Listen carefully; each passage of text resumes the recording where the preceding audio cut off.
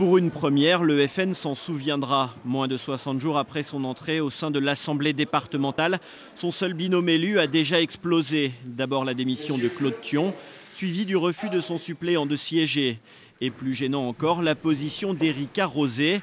Si elle n'abandonne pas son siège, elle semble vouloir s'éloigner du FN, qui préfère souligner dans un discours rodé que leurs élus ne sont pas des professionnels de la politique. Claude Thion a agi avec responsabilité et courage, justement, en voyant qu'il ne pouvait pas assumer son mandat et donc qu'il ne pouvait pas assumer la responsabilité de ce poste de conseiller départemental, donc en démissionnant. Donc c'est avec beaucoup de courage et de responsabilité qu'il le fait. Et justement, les élus UMPS devraient prendre exemple. Les habitants du canton de Villeneuve-sur-Yonne sont donc appelés à revoter.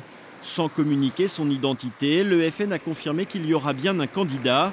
Cyril Boulot a lui déjà confirmé sa candidature.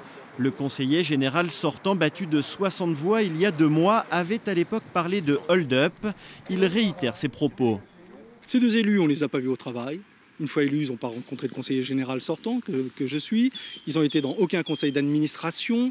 Ils ont été battus pour siéger au conseil d'administration de l'hôpital, battus pour siéger au collège, absents. Aucun élu les a vus. En tout cas, je crois que c'est la plus belle trahison qu'ils ont fait à leurs électrices et à leurs électeurs. Le conseiller spécial de Marine Le Pen s'est fendu d'un tweet rageur pour lui répondre, en pointant le mépris d'un revanchard aigri. Reste enfin qu'avec un seul siège à pourvoir, cette élection partielle aura des conséquences sur l'équilibre du binôme du canton. Elle bousculera aussi sa parité. C'est une élection partielle avec un seul démissionnaire et non pas 2. Donc ce n'est pas le binôme qui a démissionné. Dans ce cas-là, on aurait été effectivement sur la règle de la parité à nouveau. Par contre, comme il n'y a qu'un siège vacant, nous aurons donc soit un candidat ou une candidate qui sera élu.